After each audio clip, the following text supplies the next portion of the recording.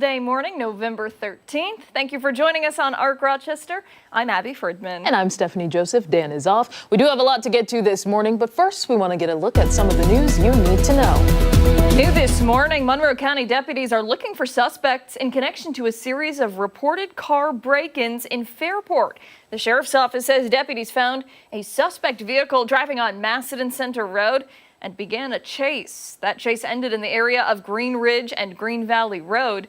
Deputies now using canines and drones to help locate the suspects. At this time, there's no indication of any threat to the public. Those with information should call 911. The government shutdown is finally over. President Trump signed off on a short-term spending plan, keeping it open through January. That's after the House passed the Senate stopgap measure yesterday. SNAP benefits will be funded through September and should be available soon. Flight reductions at 40 major airports have also been frozen at 6% instead of gradually rising to 10%. The FAA says it's because more air traffic controllers are showing up for work, but that doesn't mean staffing issues or cancellations will just disappear.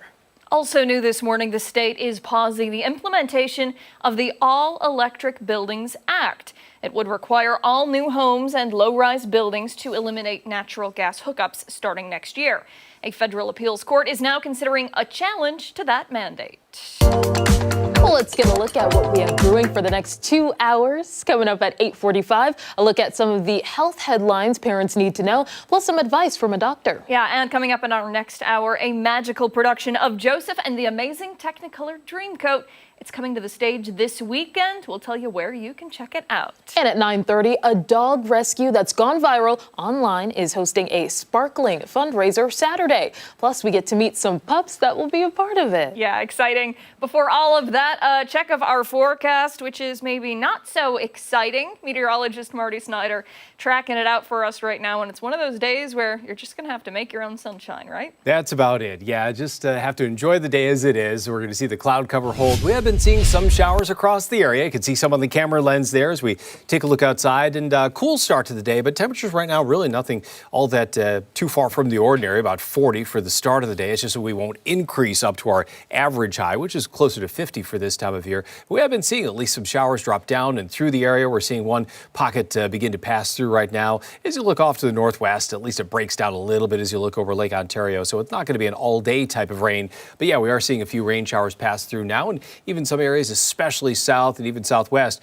seeing some snow showers mix in. But I think it's mainly going to be the highest elevations that see some of those during the day today. We'll see temperatures today mostly in the low to mid 40s for highs, and I think longer term we even pull back a little bit more as we head into tomorrow. Only 41 for that high. Again, a rain or snow shower possible. 48 on Saturday. It may be more so later in the day when that risk of rain increases a bit. And then longer term, a lot of 40s for highs, but may even be just in the 30s on Monday. So overall, pretty cool for this time of year even as we head through these upcoming days, and at least a few more showers just occasionally try to work through as we head through the day today.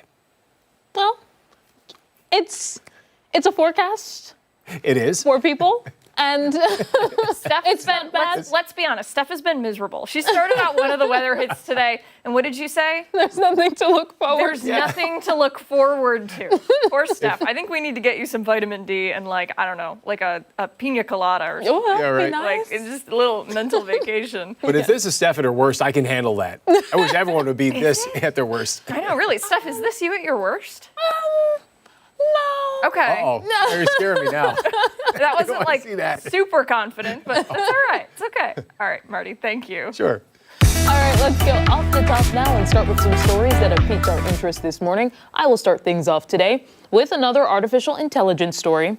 This time, though, a man is suing OpenAI and its CEO, claiming it caused him to be hospitalized for over 60 days. Now, ABC News says he was in and out of inpatient psychiatric facilities. He was apparently suffering from manic episodes and harmful delusions. According to ABC News, the lawsuit claims that AI fed into the 30-year-old's belief he could bend time, traveling faster than the speed of light. OpenAI is accused of designing ChatGPT to be addictive and even deceptive. The suit further alleges the company knew the bot could lead to depression and psychosis and failed to warn users up front. Now, chat is unable to recognize a crisis, and the filing claims that's why it's a danger to vulnerable users. The subject of this case told ABC News the tech made him think he was going to die, but he is happy to be alive. In a statement to ABC, a spokesperson for OpenAI said, quote, "This is an incredibly heartbreaking situation, and we're reviewing the filings to understand the details." The spokesperson also said they're training the bot to respond to moments of distress by de-escalating and helping people with real-world support. The company is also working with mental health experts, more than 170, and this is, of course, the latest lawsuit against the company. The individual in this case is seeking damages and also calling for changes to be made to ChatGPT. ABC reports he's on the autism spectrum, and his mother actually ran a self-assessment for ChatGPT. The filing says the AI admitted to multiple failures, including inadequate risk triage. Other suits claim the newest version, ChatGPT 40, if I'm correct, was released prematurely in light of risks. It's very scary. And, mania is,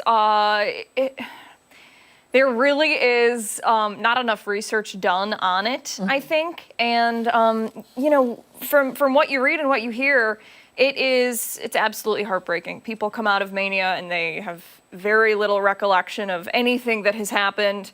And, I imagine this individual went through his ChatGPT history and, once he was, out of the inpatient facility and read all of the exchanges and thought to himself, man, if I had been of sound mind, I would not have been engaging in this kind of conversation with ChatGPT. Yeah. And, this isn't the, like you said, first incident or mishap or tragedy that has come from OpenAI and ChatGPT. Yeah. It makes you wonder if in our lifetime we will see very, very strict rules, kind of centered around having access to search engines and, options like ChatGPT or, pick one of the other AI platforms. Yeah, I know. It definitely, the mother in this case, she was absolutely heartbroken because speaking of the history, she was able to take a look back at that. And it was just very difficult for her to see her son going through something like this. And it started from a place of, I would say, innocence, just starting a conversation, and then things really snowballed. And so that conversation continued to go on, and the AI, I guess, wasn't aware of, obviously not aware of some of the different nuances and things that this person was going through. And so I'm glad to hear that the individual in this case is doing okay. Obviously, we're still waiting for the lawsuit to play out. But yeah, it just is another sign of a warning for anyone using these platforms that you have to consult a human professional or at least have someone that you may be able to talk to. Yeah, and those who suffer with mania and other things like that, typically there are warning signs and there are, I don't want to use the word triggers, but there are things that will kind of set somebody off. And, I imagine that this person would think twice now before engaging in any kind of conversation with OpenAI or ChatGPT, and, add it to the list of things that maybe he should avoid. Yeah. All right, we'll move on to mine. If you know me, you know how obsessed I am with my house. It's old. It was built in 1860. It's drafty. When we fix one thing, another thing will inevitably go wrong with it. Right now, our bedroom ceiling is beginning to crack, and honestly, it's like the least of our worries. But we don't really care. We're always checking out real estate listings for other homes, not because we want to buy one, but because we're trying to get inspiration. We're trying to restore our home to its original image. But while I was doing some digging, I stumbled upon a home in Denver this morning, and it gave me some great ideas for design, but it also has a pretty interesting history as well. So take a look at this house, built in 1890, so a little younger than mine. It's a Queen Anne, 6-bed, 9-bath, almost 10,000 square feet. It has a ballroom, a basement apartment, a breakfast nook, a courtyard. Look at that turret. A courtyard, and a couple of ghosts, too. Oh. Yeah, the best news though, the current owners say, don't worry, the ghosts are friendly. The house is going for the low price of just under $3 million. Honestly, a bargain for all that you're getting. The current owner says she first felt the presence of the original hostess of the home while she was cleaning. Apparently, she got the feeling that the woman, who was later identified as Amelia Moat, was annoyed that the owner was doing some housework. A portrait of her now hangs in their dining room. Now, whether that was legitimate or maybe she just didn't feel like vacuuming that massive house, the property has gained quite a bit of attention online. They say there are other ghosts that reportedly hang out as well, including a butler and a young child. The other owner says when they first moved in, he felt like he wasn't exactly welcome in some parts of the house, specifically the ballroom. But he said after a few months, the ghosts eventually warmed up, and now he's pretty sad to be leaving. The owners, originally pretty skeptical of ghosts and any paranormal activity, say they are now full believers. So you may be wondering, why are they leaving? Well, the owner said that house is a lot of work. They simply want to spend less time cleaning and fixing up the house and more time doing other things like hobbies. Yeah. As somebody who's currently fixing up a house, I do kind of understand. Yeah. I totally do. It would be hard to leave. That house is gorgeous. It's beautiful. Absolutely stunning. But I get it. Yeah. I totally do. It's huge. It's really nice. I would say, I don't mind some friendly ghosts. I would think at night, though, it might frighten me just a tad if something moved. Although, when you get used to them, maybe it's a Casper vibe. Yes, Casper's a great film. It's 6 bedrooms. They're going to have somewhere to stay. Exactly. Like, if I'm worried about them coming into my room at night, I'd be like, hey, pick a different room. You can have any of them. Yeah. Just stay out of mine, and it's a big house. Like, It's a reasonable ask. well, I will accept your space, you accept mine, and we'll go from there. My old house was haunted. My Right. first house that I had just outside of Buffalo, No way. super haunted. Yeah, like a Yes. good ghost or? She never really bothered us, but we did, like, our security cameras inside our house would go off and we'd see like the little orbs. And it was scary stuff. Yeah. And then, my husband would be in the kitchen and he'd think I was like coming up behind him, putting my hand my on his goodness. shoulder, and it wouldn't be me. I'd be like on the other side of the house. That house was also built in 1870. Wow. We like old houses, but sometimes the people that come with them are a little problematic. Well, all's well that ends well? Is that how it Yeah, I goes? don't know. I mean, we saged the house, and when we Yeah. moved out, we were like, "Hey, be nice to the next people," and we haven't heard anything. So I assume everything is fine. Yeah. Coming up, Chris Lopez getting in the festive spirit today. He's over at the Genesee Country Village and Museum, finding out what holiday events they have in store. And don't forget that you can watch us on the go wherever you are. We're streaming live on the 13 WHAM YouTube channel and foxrochester.com. We'll see you after this.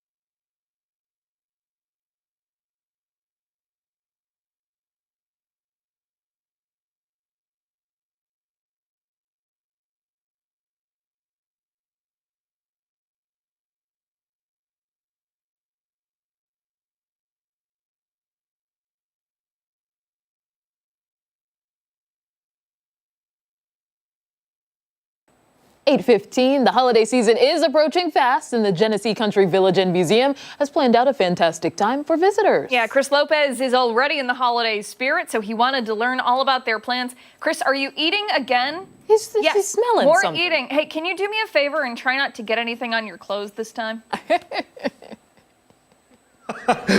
Willpower. Yeah, I'm gonna try. I got the jacket on. I'd be pretty mad if I got any of this on my jacket. The muffins this morning, that's what you're calling me out on? That's fine. I gotcha. From the sweet over to the savory, I'm here with Michelle Crew this morning. My favorite cook probably of my entire stint at Channel 13, hands down. Every time I come and see you, you're cooking up something great. What's on the docket today? So today we are working on some savory hand pies because for our holiday open house, we have what we call a Hosmer tap room where folks can come out to Hosmer's Inn and enjoy a savory hand pie, a hot beverage, and then cozy up at a fireplace. So it's kind of a fun way to enjoy a little bit of the building. So I'm working on some pie dough, cooking up some sausage meat, but what we'll have at holiday open house are these right here. These are actually, so we have a sausage roll here, and then this is what's called a maple Cheshire pork pie. And it's really what it has pork apples and maple syrup in it. I'm gonna let you continue to talk while I try this. Yes, it's really good. It's based off, so both these are based off 19th century recipes. So it's a chance for guests to come out and see the kitchens in action, but then also taste a little bit of history too. It's one of our favorite golden, recipes. man. It wow. Okay. All right. So yes, so if you come out to Holiday Open House on the 7th or 21st, you can enjoy a nice warm hand pie like that one. We'll also be working in the kitchens on still preserving some of the things that are coming up in our gardens. One really neat fruit that we have is quinces, which I know you were super excited to see earlier. So quinces are this really neat kind of little fruit. They smell beautiful. It smells incredible. I was sniffing this for like 3 to 4 minutes just like this. It smells citrusy, but like a calm citrusy. I wish there was a car smell like this. We could give you some to take along with you if you like to. These are incredible. So these grow in a tree. We have 2 trees out behind the house here. And what we like to say is kind of like a pear-apple combination. Yeah. So it's the firmness, dryness of a pear, but kind of the sweetness of an apple. But it's not good raw. So you need to cook it, preserve it, cook it down into a pie. Or we've been making jellies and what's something called quince cheese out of it. It's not cheese, like dairy cheese. Okay. You're cooking enough so it's thick enough that you can almost cut into it. So this just is simply what's in the pie plate. That is all quinces that we've cooked down, really thick, and then just added some brown sugar. Wait, that's these? Yes. I don't know why that just clicked in my head right now. Yes. What? So that's the really fun part. So you think about how pears and apples are white inside. It has that really kind of just clear, kind of white flesh inside. But as it cooks... Can I try that real? Yeah, okay. And so I have spoons there. So what's really neat, as it cooks, it changes from that white to almost a red kind of color. This looks like chili. I don't know why. That's like, I was like, oh, they have chili, right? And I don't know why that didn't... So it's close like an apple butter consistency, but it almost is floral too. It has, like you said, it's that citrusy kind of floral undertones to it, but the sweetness and tartness of an apple, which is kind of a really fun, so not a lot of people know about quinces. It's kind of hard to find unless you go to a farmer's market. Okay, I've heard some, yeah, I think farmer's markets, some seasonally, like right now they're coming ripe, so I think some specialty markets have it. It depends. Some people have found them, but it's kind of hard to see if you don't grow them yourself. I'll switch out I feel like I should switch out this. It's all right. If you like it, go ahead, enjoy some more. And do you have any vacant classes that you would like to shout out? Yes. Or workshops? So speaking of pies that you could try at Holiday Open House, we have a workshop coming up next weekend called Savory Pies and Passies. Passies are just hand pies, Cornish. And that people can come out and learn how to make pie crust, puff paste, and make their own pies to take home, as well as take home a pottery plate that's made here on site by our potters. So like if you want to practice your pie skills for Thanksgiving or Christmas or any holidays, come on out to our workshop next weekend. We've got a couple empty spots. We'll be making a pork and apple pie just like you tried. We'll be doing cranberry tarts and some other treats right here on the wood stove. Please check her workshops out. Everyone should have a Michelle Crew in their life whenever they show up to whatever they're doing, if it's a live shot or if you're going into the office for work. You need someone like Michelle Crew. I'm going to send it back to you guys in studio. I'm done eating. We're talking about the kiln and I think pottery coming up next. Stay Chris. tuned. Arc Rochester. Chris, please tell Michelle I'm a huge fan of her work. Those hand pies are like top 10, one of my favorite things. Last time we went to the Genesee Country Village Museum, I had one and it blew my mind. So 10 out of 10 to Michelle over there. Please tell her I said amazing job. Yeah, I think it was cherry, the one I had. It was like cherry or apple or something like that. I'd try them all. Yeah, all right, Chris, thank you. Hey, coming up next, Weather Watch with Mark McLean. He has the forecast and weather trivia. See you then.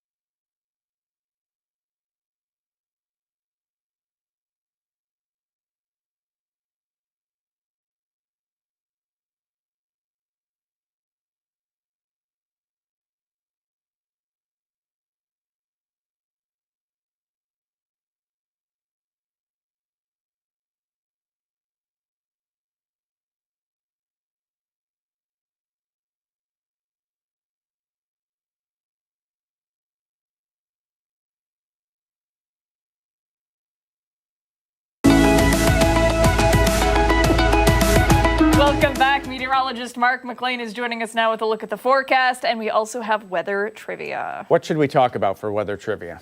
Well, it's rainy, Rainy? cold, it's gray. Yeah. Cold, gray, and kind of an early start to the snow season. Yeah, a little bit. Yeah, I guess we'll talk about some snow in the forecast and places that get a lot of snow. Now, we're not a stranger to snowfall here. We have some of the highest snowfall rates on planet Earth in western and central New York when it comes to lake effect snow. But the snow season has started. Do you know what the greatest seasonal snowfall of all time was in the United States? I think I know where it was. Okay. 150 inches, 300, 550 inches, or 1,140 inches of snow. I thought it was think bad around that here, has right? to be the ding dong. But I'm always off. You're always about that. Oh my gosh, you too today. You're so negative. Come on now. That's a healthy heaping of snow, right? Yeah. Gosh, I can't even picture that. Maybe tomorrow we'll do what Rochester's greatest seasonal snow is of all time. That'd be good. Be a fun one, right? Yeah. Yep. Yeah, we'll have. Yeah, it's a tough one, right? Yeah. I mean, need some time. Pretty much, it's a gift. You know, Montague, New York, has the unofficial United States record for snowfall in a day. It was something like 76 inches of snow in one day. Can you imagine that? I can't. 7 inches of snow in 1 hour. That's horrible. Oh my God, that's just falling down in chunks I mean, at that if you point. if you stood outside and you were well dressed and protected from the environment, you would have been buried alive Oh my God. in one day by snow. God. Fun stuff to think about, but we'll have the answer on Arc Rochester right here at 9 o'clock. Now, obviously, to get the snow, you have to have the cold. And check out some of the numbers for November. We're over 4 degrees colder than normal. And if it's felt colder than normal lately, It is. Going back to Sunday, Monday, that's when the snow started to move in, and temperatures have been way below normal this week. Our normal high is still 50 degrees, believe it or not. 40 right now, west wind at 14. And the part of the forecast that you can really feel is that west wind. We're getting some sprinkles, some lake rain showers mixing in, even some wet snowflakes south of Rochester, but it feels like it's 32 degrees. We had wind chills yesterday in the 20s, and temperatures across the network on the New York State Mesonet, 41 Clifton Springs, Waterloo, 43 Dansville, and cooler yet back to the west. Batavia's at 38, Warsaw sitting at 35 degrees. Still some snow on the ground down that direction. That's why it's a few degrees colder towards Warsaw. And that's where we're seeing some wet flakes mixing in on the forecast this morning. This is not something that's really going to slow you down too much, but definitely going to need the windshield wipers going this morning. The umbrella, if you're going to be outside for any length of time, we still have some lake effect coming down, especially lakeside and east of Rochester. Now, high pressure back to our west is directing all this cold in, and this setup is really going to stay with us for the next few days. We really don't see temperatures changing all that much in the forecast, but the forecast map moving ahead later tonight will keep that small risk of a shower in there. Notice how the coverage of showers is much less on Friday, so that's a good thing. Ending the week, it looks like we're going to start to dry out, and your weekend weather, not going to be a great day to be in the stands in Highmark. You know, you've got plenty of clouds, shower late Saturday, and tailgate's going to be in the mid-40s. Some showers around, that west wind 15 to 30. I feel like Bills fans kind of embrace that, though. They do. Right? They probably have the gear. They're still going through the Definitely, tables. yeah. Still going through the tables. And, you know, if you have enough beer, you don't feel any of it. It's an extra layer I'm of serious. That's protection. the mindset there. It is. It is. It's a wild tailgate. You don't see anything like that anywhere else in the NFL. That's for sure. That's for sure. But yeah, I mean, dress for the weather, though. That's all I'm saying right there. That's the high temperature. Most of the day will be spent below that on Sunday. But planning forecast has low 40s. Maybe we see a glimpse of sunshine. It's not really likely. We'll cross our fingers for Friday.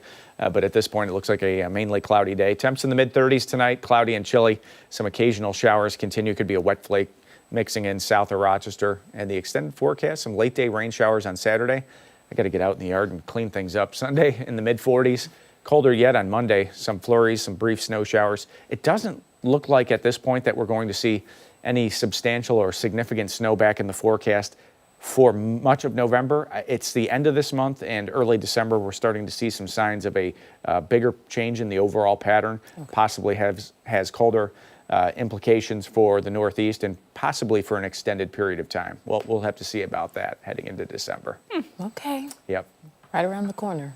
We were doing some digging last night, and the digging, I stopped digging because I didn't want to dig anymore. You can't just say that.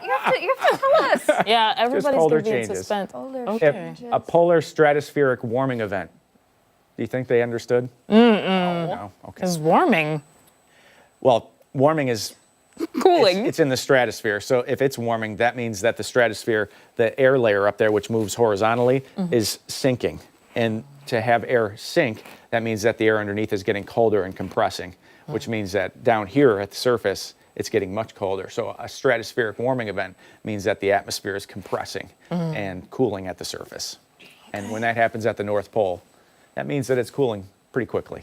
Santa's coming. Santa's gearing up. Maybe that's what it is. They're just cranking up the air conditioner for Santa. Yeah. All right, Mark, Yeah. thank you. When we come back, we are going behind the story this morning. We're heading to Capitol Hill with a look at how the government reopening is expected to impact us. We are back after this.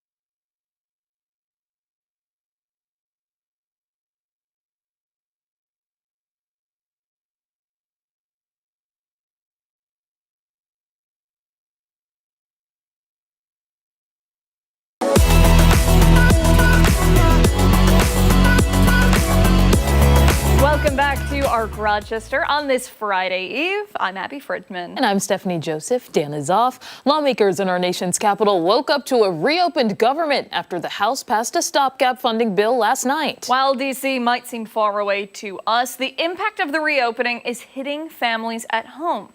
Amy Kiley has more.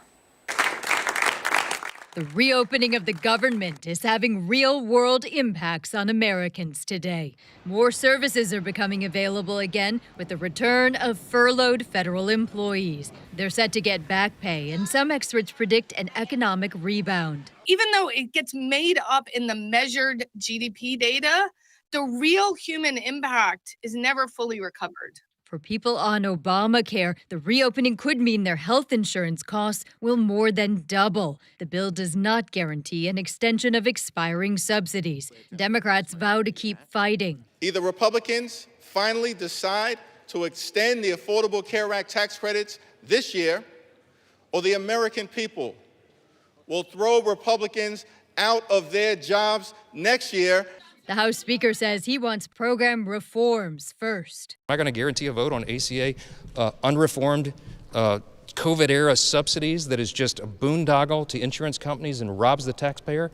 We got a lot of work to do on that. It's unclear when flight schedules will return to normal, but SNAP benefits should be available again soon. Food should not be up for a bargain. Everyone should have the right to eat. For many programs, the bill provides funding through January. The president is urging Senate Republicans to reduce Democrats' power in the chamber before then. If we had the filibuster terminated, this would never happen again.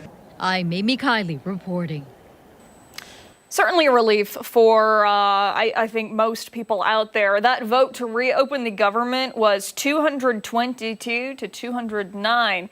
And, of course, this ended that record-breaking long shutdown of 43 days, longest in U.S. history. Yeah, some of the things that are included: job restoration for thousands of fired federal workers that were let go since the shutdown had started. Yeah, it also protects federal workers from more layoffs all the way through the month of January. Back pay for furloughed workers as well. SNAP benefits will be funded through the rest of the budget year, so next September. Yeah, more than $200 million will go towards security boosts for lawmakers and $28 million for SCOTUS security.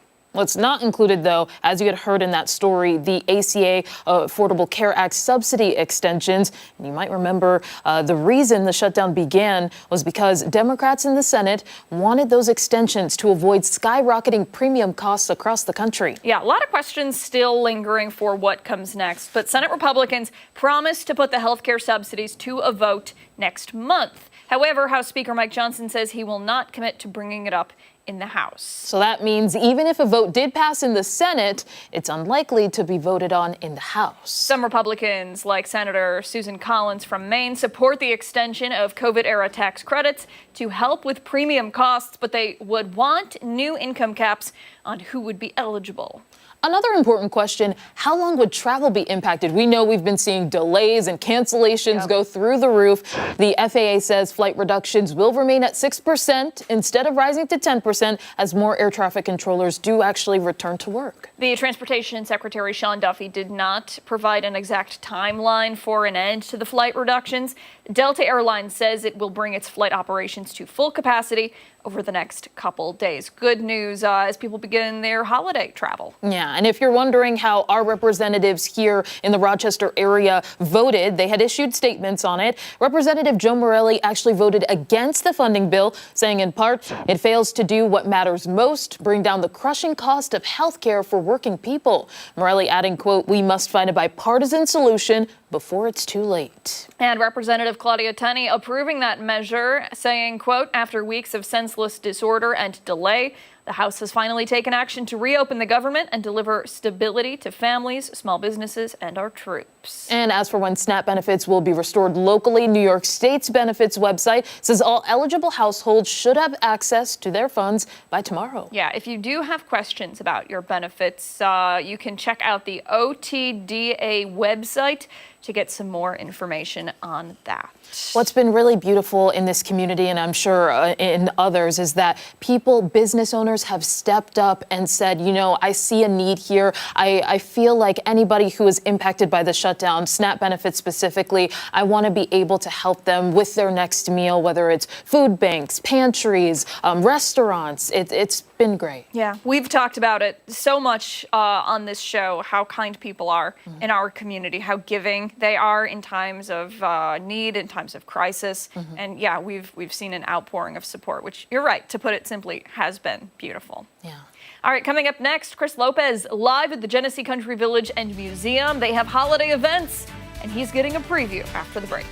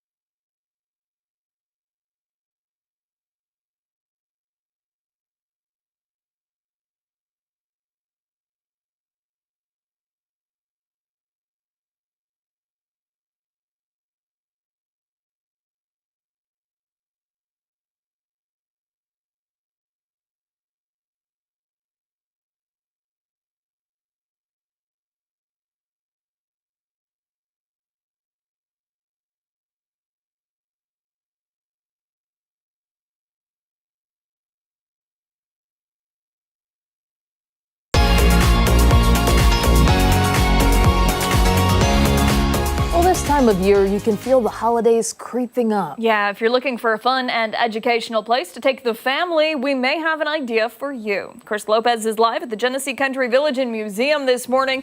He's showing off all the cool things they are doing before the holidays. Chris? Yeah, I'm here with Becky Whaley. She's the president and CEO at the GCVM, and we're talking kilns. We're talking salt glazed stoneware, I want to say. Or did I get all that wrong? That is correct. Okay. And so that's what this is in our store here. So we have the only wood-fired salt glazed kiln in the Northeast, and we are going to fire it this Saturday, the 15th. It takes about 12 hours. So right now the kiln is all loaded up with the pottery that our potters have been making, and they're going to start putting wood into it on Saturday morning and firing it up, and it will get to about 2,300 degrees. And then they stop and let it, they have to put the salt in that makes it turn like this, and then they'll let it sit for about a week and cool down, and then they'll open it up, and it will have even more lovely pieces that people can buy. What's one of your favorite pieces up here? I love these. These are butter churns down here, but you could turn them into, you could put some flowers in them, something like that.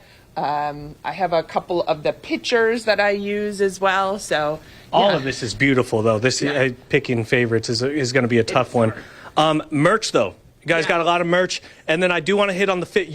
you guys are turning 50 years old. We are next year. So, but yes, here in our store, we have all kinds of things that make great holiday presents. So, kids, we have Different rag doll kits, weaving dolls, clothing kits. Candy, they can make things. With this, we have lots of merchandise, museum merchandise as well, T-shirts commemorating our baseball program, our 4th of July celebration, our beer. So all kinds of things. You can buy someone a shirt and they can represent the museum, all the pottery we just looked at. And then, of course, our maple syrup that we make. You've been here for our we'll maple be back program. in March for that. Exactly. So we have syrup, we have maple cotton candy, all kinds of good things from that are made here as well. And there's no off season for you guys, technically, There right? is not. There's still going to be stuff going on because a lot of people think that you guys it's over now. Yep. Nope. So we have all of our holiday programs that we've talked about in December, and then we'll actually be open in January and February on the weekends. So people can come. We'll have historic games every day. We're going to have a talk every day. Our gallery will be open. The buildings won't be open, but people can ski, snowshoe, all throughout next year. And then we'll have lots of exciting things happening for our 50th anniversary and the 250th of the United States. How cool is it to be turned in 50 on the same year that the United States is turned in 250? It is pretty cool. It's a good coincidence that we opened in 1976, and there'll be a lot to learn for sure, and a lot to celebrate as well. Well, come check out the GCVM. They have so much going on. This Saturday, you have the kiln firing. Yep. You have cooking classes going on. You have Holiday with St. Nick.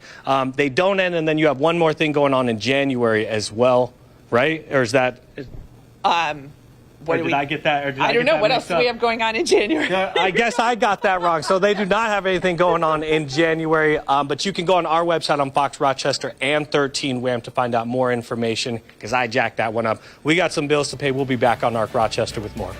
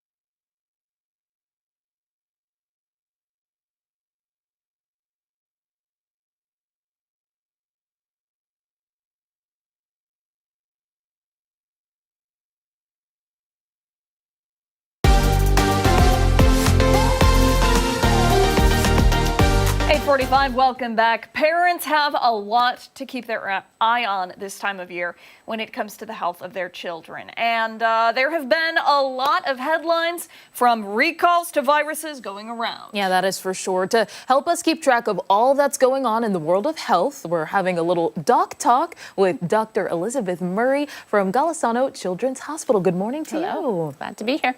A lot to get into. I guess one of the things that we've been talking about all week has been that recall for the infant formula. Yes. So certainly very scary thing for parents to hear. The good news, if there is good news on this topic, is that that formula brand is relatively small. It makes up only about 1% of the formula in the United States.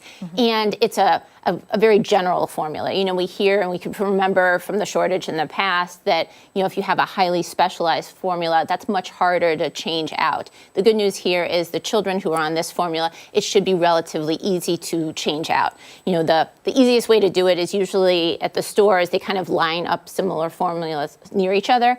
And so if organic is important to you, you can pick the other organic one nearby or the kind of general one that's also nearby. So there are lots of options, but it's always hard. It's always hard.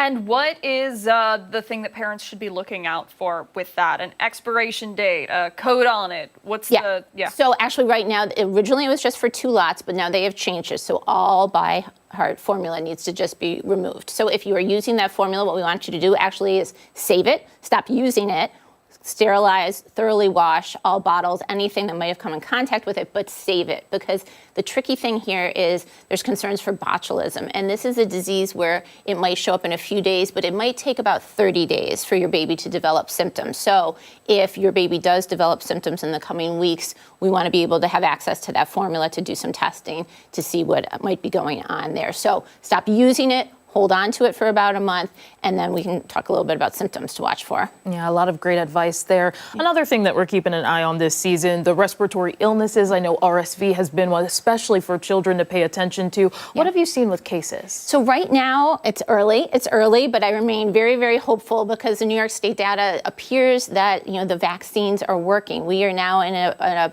point in an era where we can immunize adults, we can immunize moms when they're pregnant, and we can immunize the babies as well. And so if you look at our numbers last year compared to this year, our rate of hospitalization is far lower. That line is kind of flat. COVID hospitalizations, especially in adults, very, very high right now. So let's not forget about that. But RSV numbers are looking good. So if you have a brand newborn, if you are in the end of your pregnancy right now, please talk to your providers about getting the appropriate vaccination for you. Are you hearing from parents who are uneasy about getting those vaccinations? Do they have a lot of questions? They always have a lot of questions, and parents should have a lot of questions, and that's why your doctors are always willing to have those conversations. You know, there is an endless amount of information out there, but we need to make sure we're getting that information from trusted messengers and good sources. And so your child's doctor knows your family best, knows your comfort level best, and so have those conversations with them. But it does all appear to be working right now, so let's keep it up. It would be great to reduce hospitalizations for this terrible disease. For sure. And what are some symptoms that maybe parents should look out for that maybe they go under the radar a little bit? For RSV, for yes, the respiratory illnesses, so that's a germ that's pretty notorious for making babies have a lot of trouble breathing.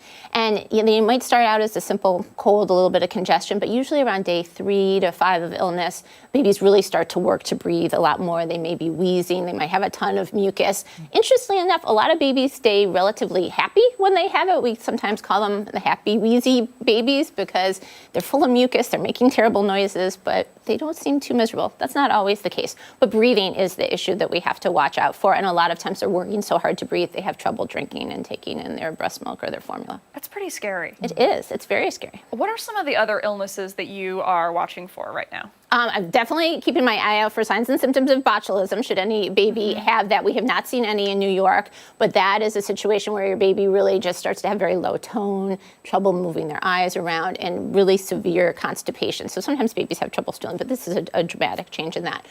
With regards to the winter stuff and the other stuff, we're seeing some stomach bugs going around now too. So we have a little bit of everything, but all roads lead to wash your hands. Get vaccinated when you can, keep kids who are sick home when you can. So this is the planning phase of life where have a backup plan. Yeah. And on the international scale of things, some news out of Canada, hearing about them losing their measles elimination status. Yes. Yeah. So interestingly enough, Canada had eliminated measles before the United States.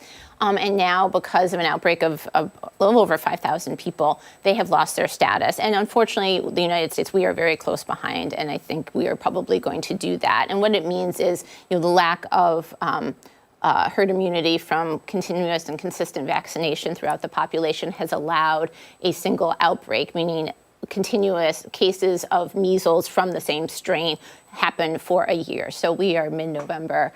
The chances of all of a sudden that stopping right now is pretty unlikely. And we're running low on time here, but explain why the measles are so dangerous. It might seem like a silly question, but why is it so dangerous? Yeah, so there are all of the things is with regards to hospitalization, severe illness, missed school, missed work for parents. But the scary thing about measles is it can really dampen your immune system. So it kind of erases what your body already knows, but then it also years later can show up as a deadly encephalitis. And so your child may fully recover from the measles, but 5-10 years later, they can suddenly become catastrophically ill and get an encephalitis, a brain disease that is fatal.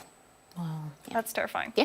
And the typical age to have that measles vaccination is again? Is one. And so that means people can be fully vaccinated, but a large percentage of the population, all those infants are just not vaccinated yet, even if the family is choosing to vaccinate. So people could be doing everything right. We still have a population that's not vaccinated, so we need to really work to make sure we have that herd immunity because we have people at risk and we want to protect everybody as a community.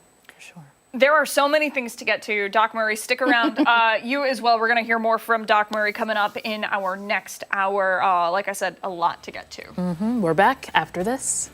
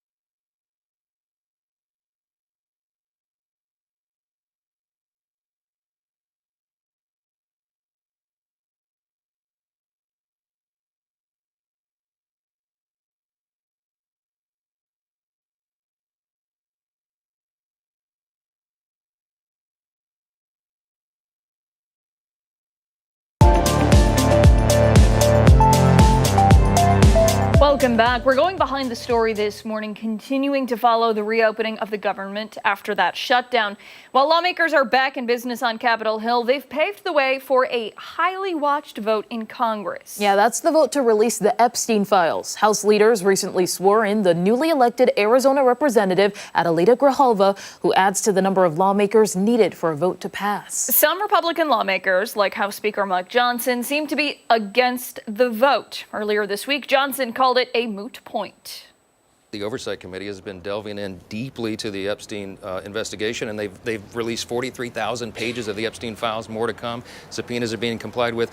By the way, the latest batch was the Epstein estate files that is not even considered in the discharge petition, was never mentioned. There's plenty of oversight. All of that information is going to be released to the public. The only thing they're redacting, Jake, is the names of the innocent victims, and we insisted upon that, and everybody of common sense understands why that is. Now, Johnson did tell reporters he would put a vote on the release to the floor as early as next week, which is earlier than expected. That vote is bipartisan. Lawmakers on both sides have approved the release of the files. With my signing, we move one step closer to the truth that they will try to deny, but that survivors deserve their day of justice, and the American people demand it. I want transparency, but I think it's a bit of a red herring in that it's still got to go to the Senate, still has to go to the president. We got tons of data today, and we put out a lot of it just that the Oversight Committee was able to get on their own. So I think it's working right now.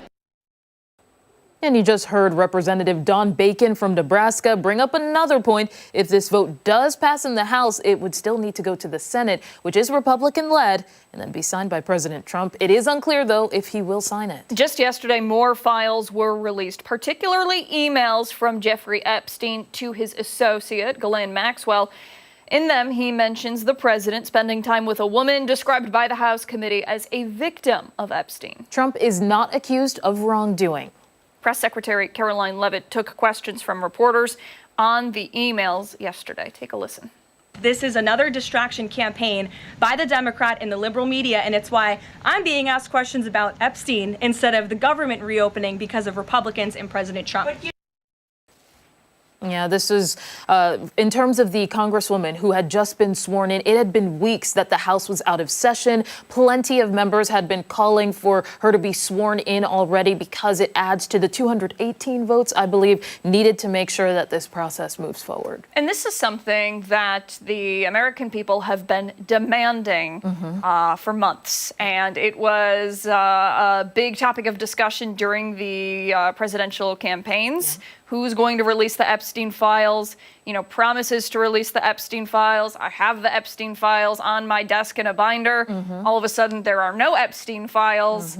You know, people are getting very frustrated. Some people are saying it's all a lie. Some people are saying it's all a hoax. You obviously just heard from Caroline Leavitt there, who has, adamantly denied that there have been misconceptions and there's been confusion on the part of a lot of people.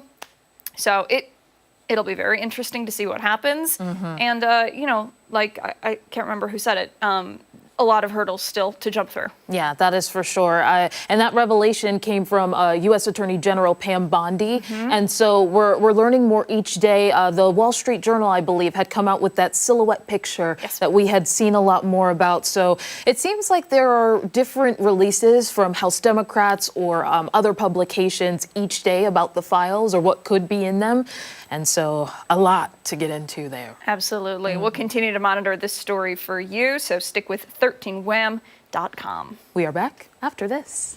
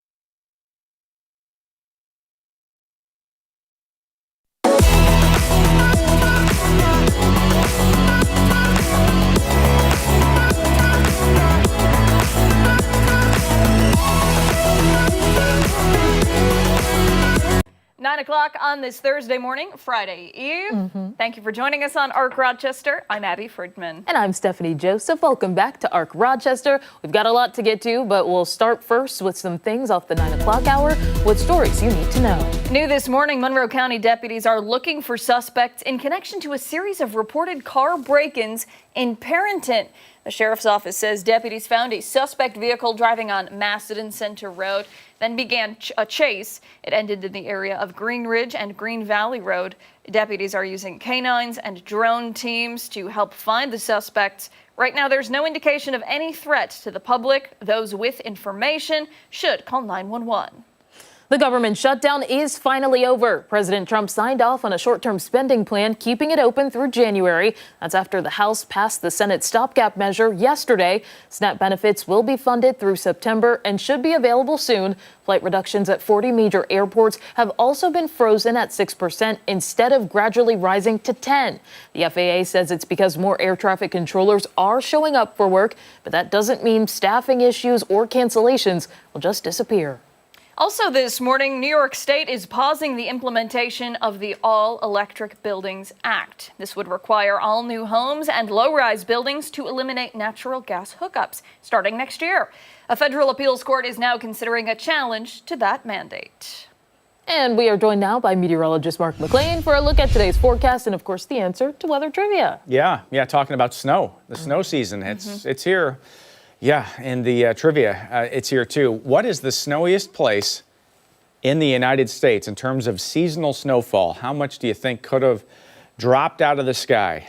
150 inches, 300, 550, or 1,140 inches of snow? That's so much. I might go C. Staff. I was gonna go. They call that dead air. No, I was gonna go with. We have I some knew responses. it. I knew it. Debbie, Lisa, Rod, and Frank all went D. Cheryl had B. Ron had C. Mary also had C. And Lori had B. I was gonna be with the B people. The B people? Yeah, what was that, 300? Yeah. Is it D? Are you going D? I don't want to, but I feel like I should. Most people were D. It's Oh, That is 95 feet of snow. Where was that? That was on Mount Baker in the ski area in Washington during the 1998-1999 season. That was a big El Nino year before that, so one of the biggest on record. And it was just parade after storms going through the same areas. So can you imagine that? I mean, we average 100. So take our typical snow season and drop 11 and a half times the amount of snow we get in a normal season. If you actually look this up and you go take a look at some of the pictures, they have a ranger station there. Not only is the ranger station buried, but some of the tall pine trees, the 60, 80-foot tall pine trees are buried up to like their tippy tops. And you think that it's a small little pine tree, but you're actually seeing the top of a tree in some of those spots. I would be so claustrophobic. I know. Like that much snow. I wouldn't go outside. It gets dangerous because you get avalanches and all the like that comes along with something like that. Not say nothing of the effect of travel during something like that. So yeah, kind of interesting and always interesting to see your responses on that. Interesting to see this guy too. Is this Cheetah? Oh my goodness! You're gonna have to go up. Oh take my a gosh! close look. Hold on, I Kitty in trouble. Are these lights? I'm not sure what that cat got into right here. That little critter right there What is it? It looks like holiday decoration. all tangled up in something right there. Poor cheetah. No muddy paws there, but you know cats. I mean, they just love to. They're curious. Oh my gosh. They get into everything. Dexterous. You know what happened to the cat? Yeah. Curiosity. Yep. But all tangled up, and that kitty he'll be out of that in no time. But some wet paws out there today. I kind of went half speed for Friday and Saturday because most of the day will be dry for both Friday and Saturday. But pre-dawn, there's still a chance for some showers on Friday. Late day, chance for showers on Saturday. But the sun goes down now at like 4:50. So yeah, I always have the perception of the weather, during the daylight hours versus the weather during darkness. And when I think of this forecast, I try to think about, if you're out walking during the daytime. I know people walk their pets at night too, but Sunday, Monday, still that chance for some rain in the forecast. 38 now. The part that you're probably feeling is that west-northwest wind at 17 miles per hour. With that cloudy sky, it's got that bluster to it. It feels like it's 29 degrees outside. At the bus stop this morning, it was certainly chilly, waiting for the old bus to come. But current temps in the upper 30s to near 40. Mid-30s in Warsaw. That's where there's a little bit of snow on the ground down that direction. And we're still getting some wet flakes mixing in for areas well south of Rochester. But for the most part, a lot of this is just plain old lake effect rain. If you're north of Route 104, there's a really good chance you're seeing some of that rain. North of the Thruway, pretty good chance. And then the further south and away from the lakes that you get, that chance does go down on a day like today. But satellite radar, big trough of low pressure, and that's keeping things on the cool side. Our futurecast here has some showers around, and overnight tonight into Friday, you start to see that chance for showers fading. And if we see some sunshine, it looks like it's going to be late in the day on Friday, maybe after the middle of the afternoon. But again, the days are so short now. It's tough to squeeze that sunshine. I'm just going to put on my winter coat and go lay outside. Just soak it up. Try to get a little vitamin D, right? Yep. I mean, it's only going to be in the low 40s. Saturday may reach the upper 40s as the cold hangs on into early next week. Monday's back to the upper 30s, but the cold will fade. Okay. And this might be the end of next week towards the following weekend. We'll have to see about this, the timing on this. It looks like we'll have temperatures back to near or slightly above normal during that time. How about that? After about 10, 12 days of this, you ready for a change? Yeah. Surprise. Just keeps going. It's like, if you loved yesterday, you love today. Look at that forecast right there. 42 at lunch. Delightful. 43 at 4 o'clock. Temps in the mid-30s tonight, cloudy and chilly. Occasional showers and 7-day forecast. I don't think we'll see any snow accumulation on Monday, at least closer to Rochester. We'll have to see how this plays out in terms of any lake response there. It's still too soon for that, but still cool on Tuesday. There could be some sunshine there on Wednesday, and then beyond that, it does look like it warms up a little bit more. And warm is a loose term this time of the year, right? 50 is warm compared to 38 where we're at right now. You would not believe how many people have talked to me about how the seasonal affective disorder has hit them quicker this year than ever before. And I don't know what it is. It's the timing. The clocks changed at the same time that the weather changed, right? And the cold air came in, the snow came in, so it all kind of hit all at once. I get it. I can feel it too. Not being able to take the walk outside in the afternoon, I'm not a fan of that. No. Nope. Is that why you're a little grumpy today? I don't know. And the aches and pains with the cold air. Right? Oh, yeah. Yeah. I've been cracking just a tab. Yep. Gosh. All right. Mark, thank you. Yeah. We appreciate it. Coming up, our chat with Dr. Elizabeth Murray continues. She has advice if you're traveling with kids during the holiday season. We're back on the other side of the break.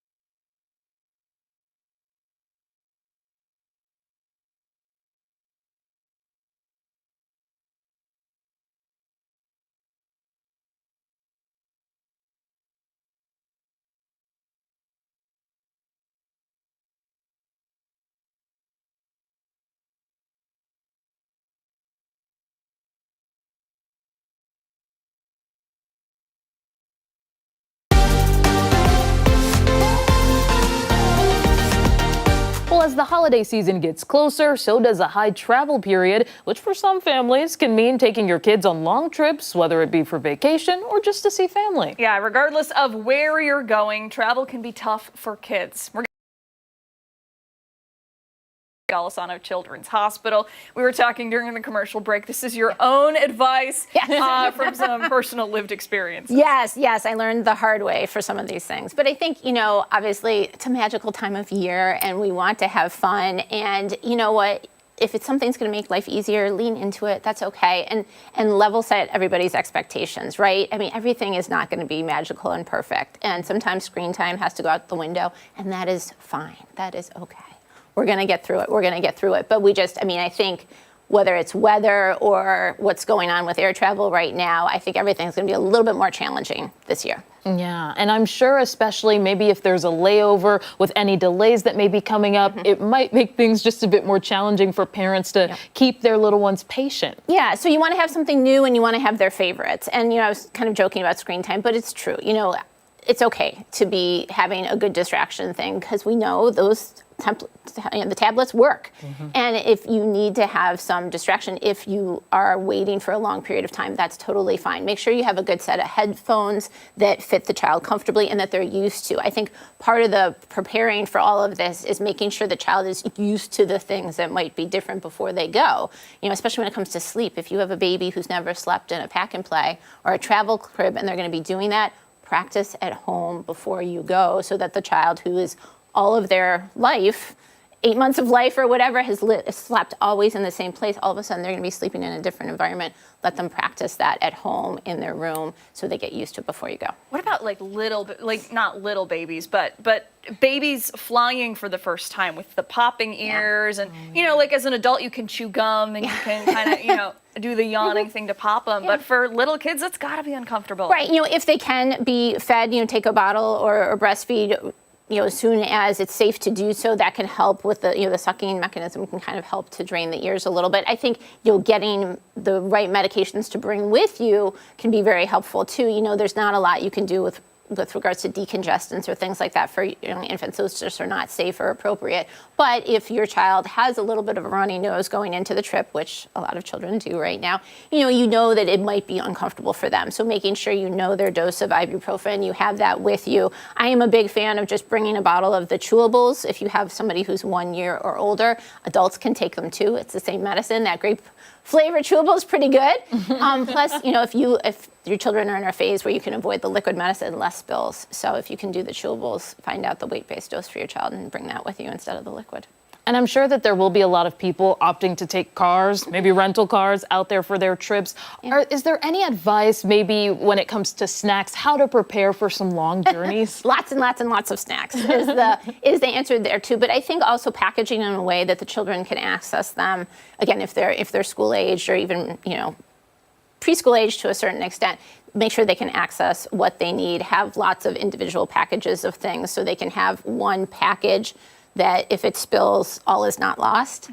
But then also too, when your kids are approaching school age, if you are driving, maybe there's an adventure on the way there as well. Help them plan out the trip. Maps do still exist, and it can be fun to kind of see that and understand where you're going, and maybe there's going to be some cool spots along the way because you do need to take breaks, whether it's for bathroom or actually have a meal or just to get the wiggles out. You are going to need to take some breaks. Now, I don't know if you have advice on this, but I'm going to ask it anyway.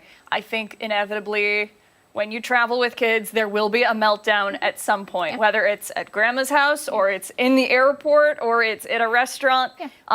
What is the way to go about approaching that if you're maybe a first-time parent? And you're right, there is and there will be, and that's part of parenting, right? I always kind of joke you can read every single parenting book there is, but without fail, your child has read a different book, right?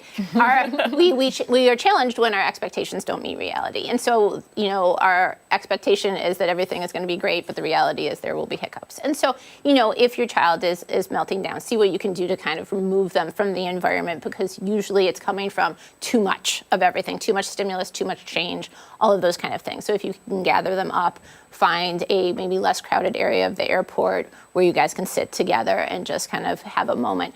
It's not a teachable moment for the child at that point. A lot of times we like to, teach the child how to work themselves out of a situation. At that point, it's survival mode, and that's okay. But yeah, remove them to a calmer area and just let them sit for a minute, and then distraction with whatever their favorite thing is: snack, book, toy, iPad.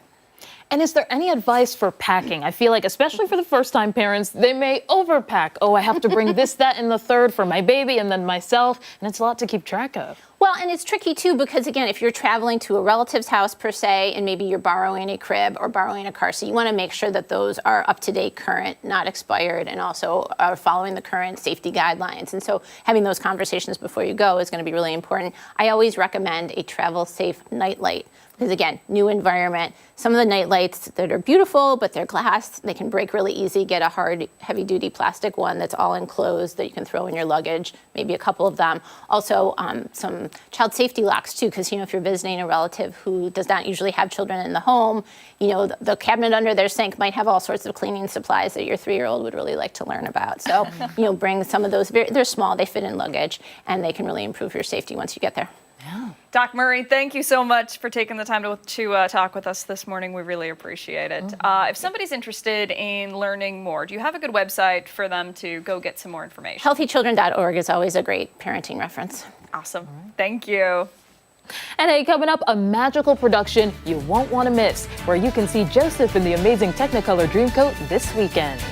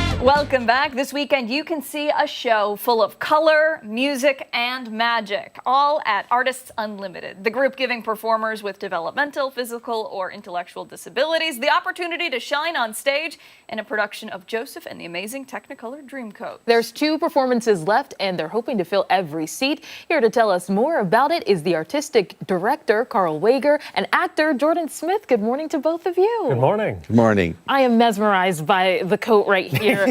Tell us a little bit about Joseph in the Technicolor Dreamcoat. Well, it's heavily based on the biblical story, with some liberties taken for sure. But I would say that it's kind of a good thing because there's something in it for everybody. There's at least half a dozen different genres of music in this version of the story. There's some pop and rock, there's some country. There's a character in the show who's basically Elvis. Oh, so there's something there for everybody. Excellent. And Andrew Lloyd Webber wrote it, but he wrote it back when he was in school. And then it was 15 minutes long, and then they kept adding and adding and adding until now it's a full-length show. And, tell us a little bit about Artists Unlimited and, the relationship, and I imagine the very close cast and crew. Yes, for sure. I've been with the group for almost a decade and a half at this point, and I can easily say it's a big extended family. Even though when I first walked through the doors, they still welcomed me with open arms. A lot of us now, we're good friends. We see each other outside of the shows. The love and support they have for each other is unmatched. It is amazing. Yeah. And would you say that's basically a huge mission behind Artists Unlimited? I think so, yes. I've been working with the drama part of it for 22 years. And I was a school teacher, and I did shows in my school at Athena. And when I found him at a school when I retired, where I was working at Charles Finney School, and he was in the choir, and I was like, man, this voice is amazing. And then I found out that he was autistic, and I went, yes! So I pulled him right into the group, and he's been one of our main stars ever since. And what is it like for you to be the star of the show? And what are some of the other shows you've been in? Well, in terms of being the star, it's a high honor for sure, because not only is like being the character that's in the title of the show a big deal, but I also feel like it puts me in a position where I can inspire a lot of other people.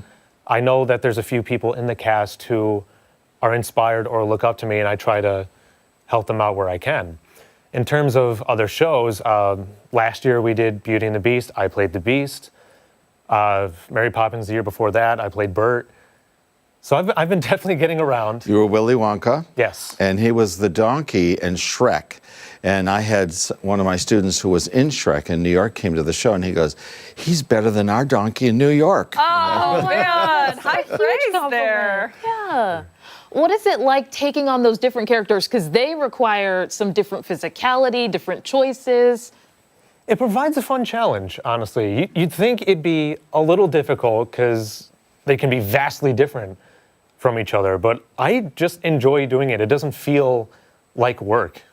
Very good. It's very well said.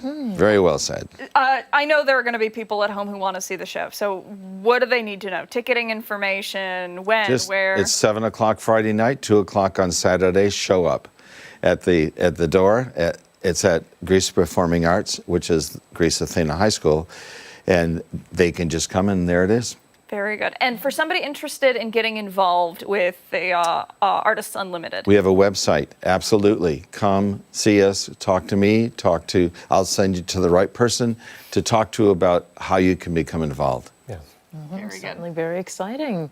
And if you had to, I guess, give a teaser to someone who maybe not be familiar with Joseph and the Technicolor Dreamcoat, what would you say to them to get them in the door? Let's see. I would say, while he's thinking, I always tell my friends, please bring a Kleenex, because it is so heartfelt. It just pulls you right into the show. I mean, there are 3-year-old children who do not move. They sit, parents say, well, I don't want to bring them out and fool around. The energy is so strong that those children are riveted to the whole thing.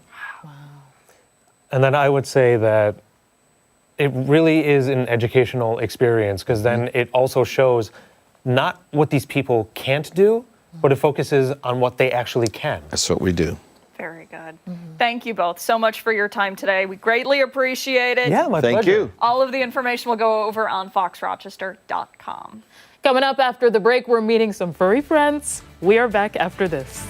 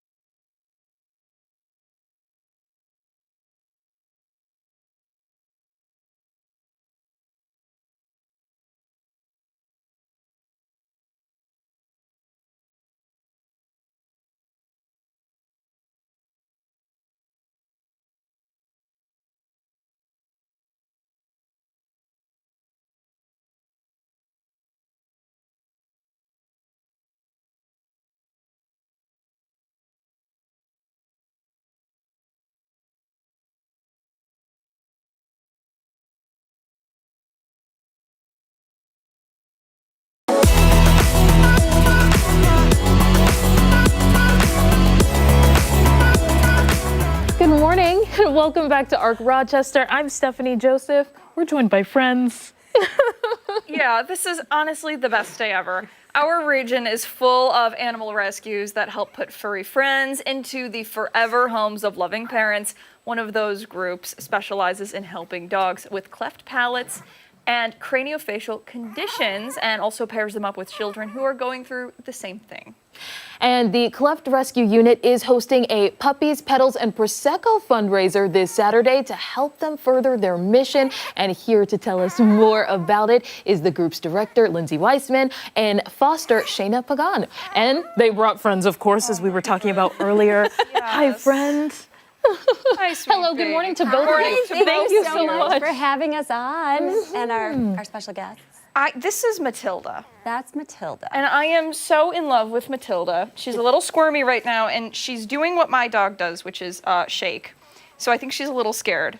But tell us about Matilda. So Matilda came to our rescue because the day she was born, she was attacked by her mom, and she ended up losing her limbs, all except for one full limb. So the day she was born, she came right to our rescue, and we got her transported here to Rochester, where she immediately got in with one of our vets to sew up her wounds, and she's been with us ever since. And now she is kind of this viral superstar. She bounces all over the room. She's super lively. She's happy. She's goofy. She's funny. Like all of her videos, you can kind of see her personality come through. She's just like a ball of fun. There she is right there. Yes? Yep, that's Matilda. What kind of dog is she? She's a mini dachshund. Oh my gosh, you are so perfect. I just love her. And Steph, who do you have? Yes, who do I have? That is Walter. So Walter came to our rescue after being surrendered. His brace is probably gonna come off. Yeah. It's okay, I'll put it back on. Okay. He came to our rescue after being surrendered at 4 weeks because he had some leg deformities, front leg deformities. He had a flat chest. He had something called swimmer syndrome, where they're laying on their chest, and because it's flat-chested, they're unable to use their arms and legs, so it looks like they're swimming.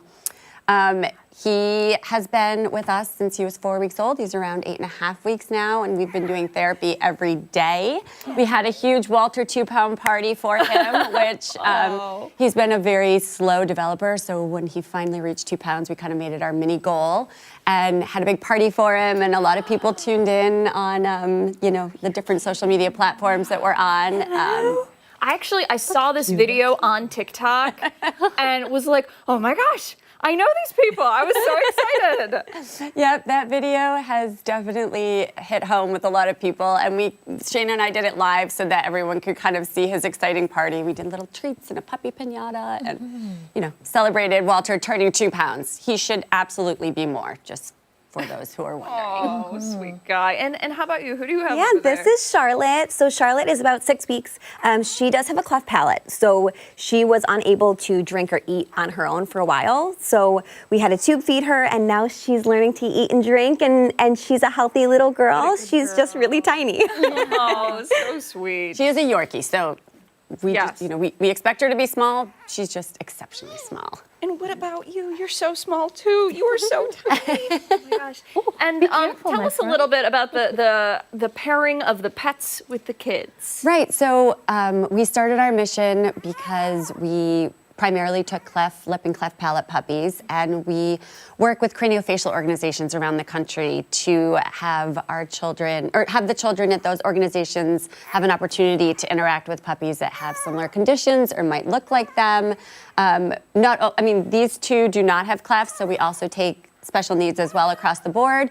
But we do work really hard to try to find families maybe who are looking to adopt, and if they're not looking to adopt, at least have a chance to interact with puppies that look like them. But our one story, I think, that kind of hit home, we were on Kelly Clarkson's show, and in the Washington Post featured for that story was one of our puppies was adopted by a wonderful family, and a little girl named Kinley, who was born with a cleft lip and palate, and she adopted one of our puppies who was also born with a cleft lip. Oh my gosh, that is such a sweet story. Yeah. And what is it like to be able to see the connections between people and these lovely pets? It's so special. So I always say this is really why we got into what we do. I used to be a teacher, and I really have a passion for working with children, and I think I'm also obviously hugely animal passionate, so I love the combination and the connection between the two different groups, and just seeing the kids light up. And sometimes it's like we had a story of a nonverbal child who, when he found out that there were going to be puppies at the event, you could just, he was super excited. So I think having them have an opportunity to sit and let them come in their laps, and the kids are always so astonished. They're like, Mom, that puppy looks like me. It's just very special. That is special. We're running low on time. We have to talk about the event. Puppies, Petals, and Prosecco. Yes, so we want to thank Charles Arena, who has graciously offered, Arena's florist has offered to host our event this weekend, and we're going to be bringing our little superstars and the rest of the crew gang to Arena's Florist this weekend, where we're going to have a happy hour between 4 and 6 for people to come and meet the puppies. We'll have a kissing booth, we'll have some desserts, Prosecco, all the things, and you'll have an opportunity to walk around the most beautiful florist in Rochester. Look, I do not want to be dramatic, but I would, in fact, die for this dog. I am so in love with her. Oh my gosh. And you said she has thousands of applications, right? We have had people offer to fly us to Italy and Saudi Arabia. So yes, people are fully obsessed with both of them, actually. There's no need for that. I can just take her home now. We don't even have to worry about that. Sweet They really are. girl. They're very, very special. And I think, their stories resonate with people who are just watching them fight through everything and continue. Yeah, and that's the biggest thing, right? They are fighters. They've gone through incredible things in such a short amount of time. Remind me again what Walter is, what breed?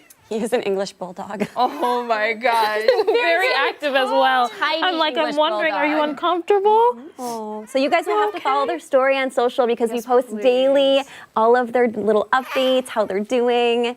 She fell asleep right in She's like pretty sleeping. comfortable. Oh my gosh. Thank you both so much for coming in. We really appreciate it. And again, the event sounds amazing. Puppies, Petals, and Prosecco. I can't think of anything better. And if you're interested in going, and I can't imagine why you wouldn't be interested, head over to foxrochester.com. We'll post all the information for you. When we come back, stressed about hosting for Thanksgiving? No need to worry. Our next guest has got you covered with some simple tips. We are back after this. Hi.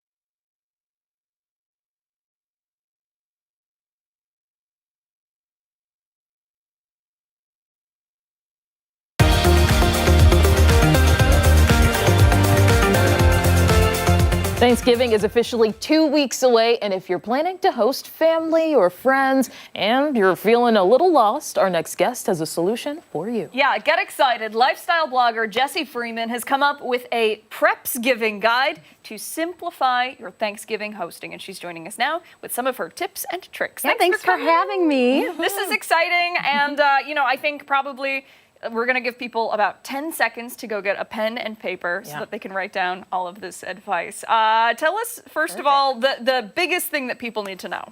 Okay, well, first of all, hosting doesn't have to be hard, and that's the entire reason that I created the Prepsgiving Guide. The idea is to give everyone the tools they need to make Thanksgiving as effortless as possible.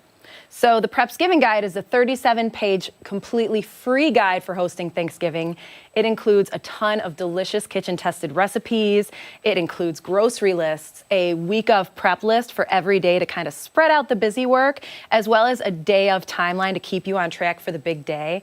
And this year, something that I'm doing in addition to it is on my Instagram stories, I'm doing a Thanksgiving countdown, where every day I'm giving an action item so that you can kind of spread the work out over the course of the month and not be super stressed out leading up to the holidays. So today I'm here to share a few of those tips. Let's do it. Yeah. Yes. So the first one is to do an inventory of your pantry, your refrigerator, and your tools.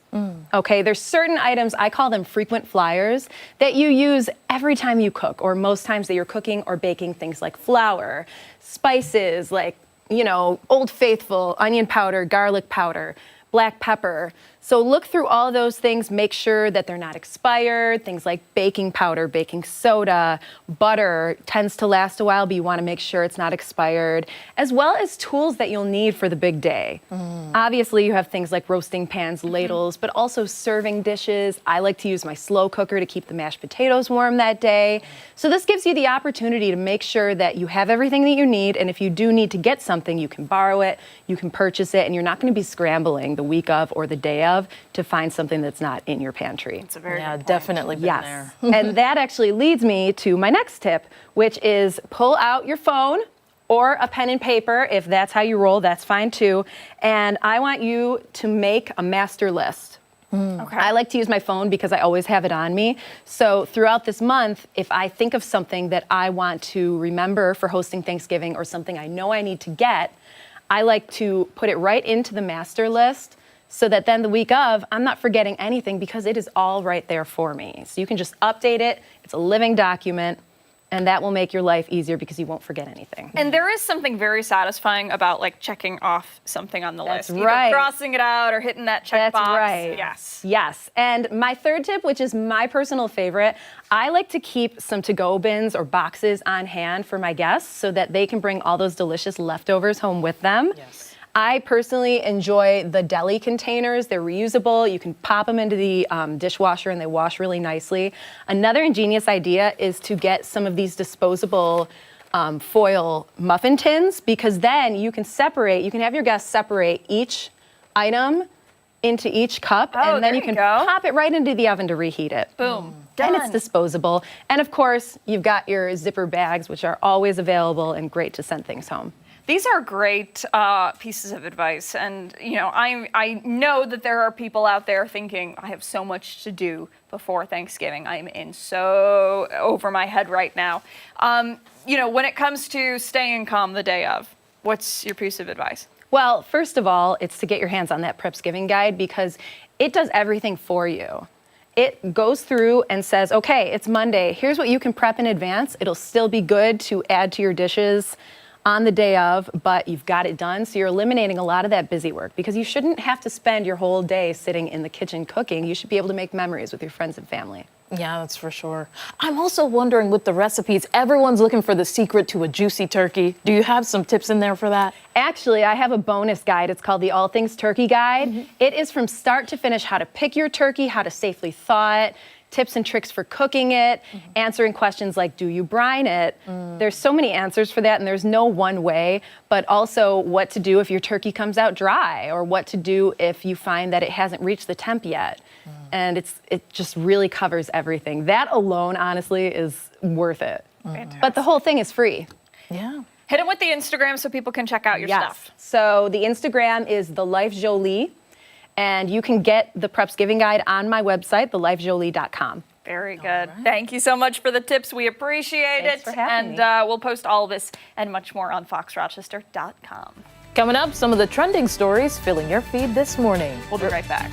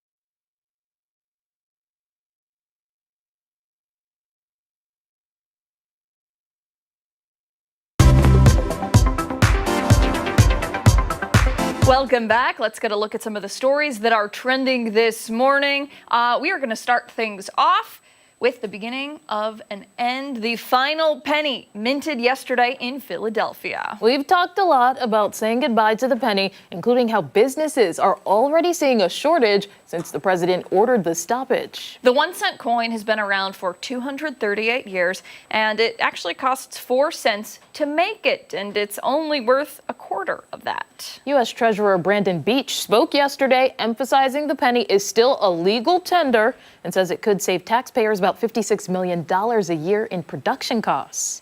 Several merchants have made the move to round up or down their prices to avoid using the penny altogether. Price Chopper is going the extra mile. This Sunday, for every penny you bring in, you're going to get a gift card worth double that amount. All right. Essentially, your penny will be worth 2 cents. There you go. Okay, the nearest Price Chopper, by the way, to us is in Oswego. So kind of a drive for some groceries, but it is kind of an interesting way for a company to put pennies back in circulation. If you're hoping to run into the last penny minted one day, unfortunately, your odds might be limited. The last pennies will be auctioned off. It's sad. It's weird. It gives me the same feeling as when I was a kid, or I guess I was like in high school, and they were like, Pluto's not a planet. And I just remember being like, what do you mean? This is insane. Yeah. Everything's a lie. Like, now we're just getting rid of the penny. I hope for the cashiers that the rounding up is done for them, because working in the drive-thru, especially if somebody gives you change, you already put it in, and then they're like, oh, I have this, and you have to, Yeah. A disaster. A disaster. Yeah. All right. Apple has unveiled its newest product, and it has got people thinking it is an April Fool's joke. I think I know what it is. It's called iPhone Pocket, and it's basically a little sash for your phone. Okay, so it's made of stretchy nylon and polyester and comes in 3 different colors. Hannah, put in the teleprompter, how much do you think it costs, or how much do you think it should cost? I'm gonna say it retail. Oh, well, I spoiled it. But I was gonna go for $1,000. $1,000? Well, I wouldn't put it past. Okay, $500. Oh, okay. I will say $500 for the second price that I don't know, because I didn't see it. $500 for that thing? Oh, the shorter one? For a phone bag? Everybody's like, Stephanie, are you okay? Okay. Are you? Let's go. 150. 150. That's Steph's guess. I'll go 200. Okay. Because I'm thinking like there's no tech associated with it, right? Like there are no wires, there's no charging. I don't think it's like literally just a bag. Okay, either way, let's scroll down here with the teleprompter. Okay. A long strap version is selling for $230.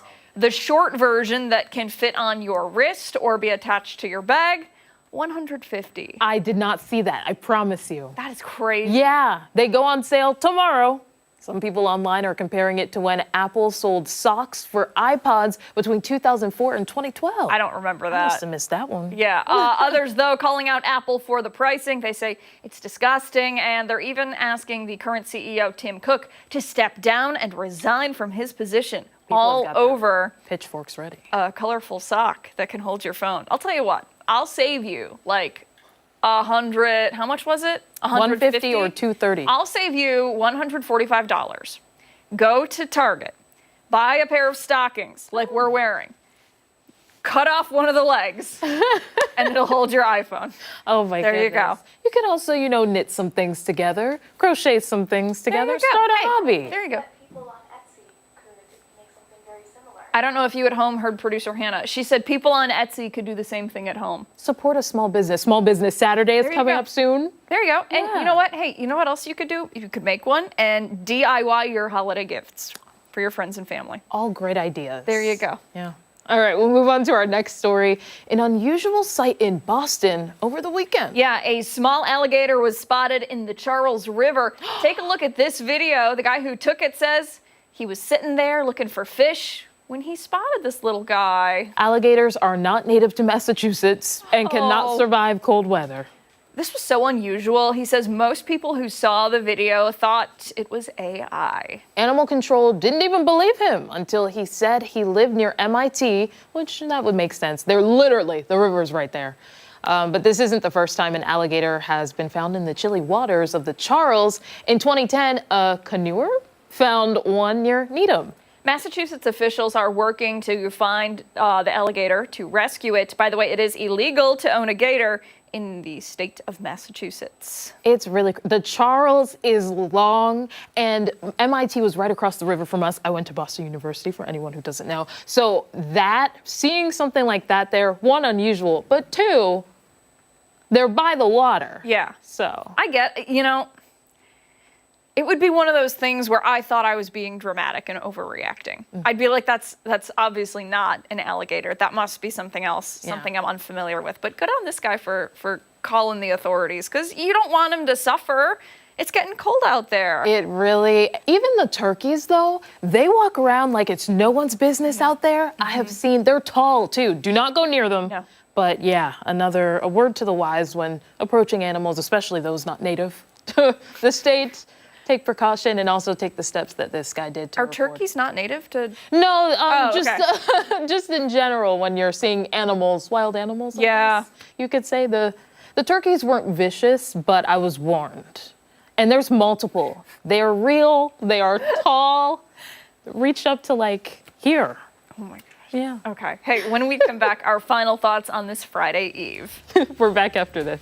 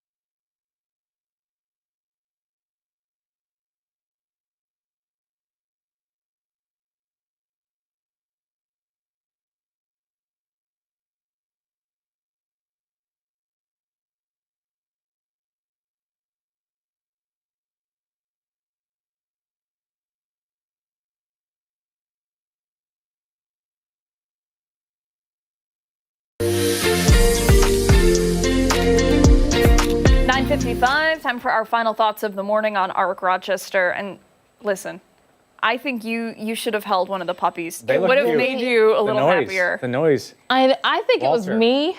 I think Walter was just like, Yeah. I They are want to so get cute. out. What? Steph, do you like dogs? Yes. Did you grow up with dogs? No. They can They just tell. had goldfish. Oh, they can tell. Well, Jay needs a friend. Jay does need a friend. Jay really needs a friend. Uh-oh. She can't. Because Dexter the cat would lose his mind. He Okay. would torture that poor dog. Territorial.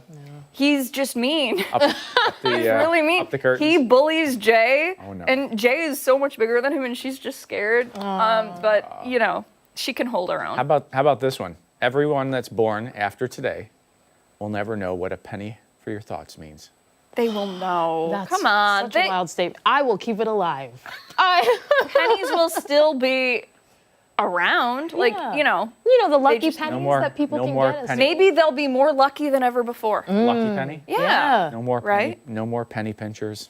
Oh my gosh. Are you going through it? You're going to be okay. It really seems like this is bugging you. It's going to be all right. Deep breath. Keep going. Keep going with the penny thing. Yeah. I know. All right. All right. That does it for us this morning on ARC Rochester. Thanks so much for joining us. Wake up with us again tomorrow morning, starting at 4:57 on 13 WHAM ABC. We've also got much more live local news coming up later. 13 WHAM News at midday. Mark and I will see you then. Have a great day.